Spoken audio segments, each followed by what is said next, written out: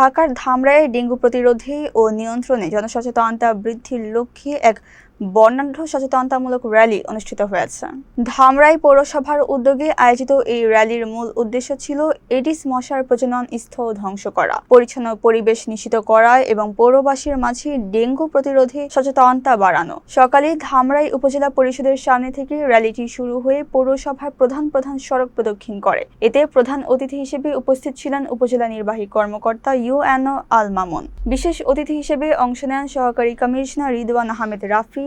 এ সময় পৌরসভার ঊর্ধ্বতন কর্মকর্তা, কাউন্সিলর, স্থানীয় গণ্যমান্য ব্যক্তিবর্গ এবং বিভিন্ন শ্রেণী পেশার সাধারণ মানুষ স্বতঃস্ফূর্তভাবে অংশগ্রহণ করেন। ইউএনও আল মামুন বলেন, ডেঙ্গু প্রতিরোধে শুধুমাত্র প্রশাসনের একার পক্ষে সবকিছু করা সম্ভব নয়। তিনি সবাইকে নিজ নিজ ঘরবাড়ির আশেপাশ পরিষ্কার রাখা, কোথাও যাতে পানি জমে না থাকে সেদিকে খেয়াল রাখা এবং সচেতন থাকার আহ্বান জানান। বক্তারা আরও বলেন, বর্ষা মৌসুমে এডিস মশার বিস্তার রোধে এই ধরনের জনসচেতনতামূলক উদ্যোগ অত্যন্ত জরুরি। আয়োজকরা জানান, ডেঙ্গু মুক্ত ধামরাই গড়তে ভবিষ্যতেও এই ধরনের চিরুনি অভিযান ও সচেতনতা কার্যক্রম অব্যাহত থাকবে।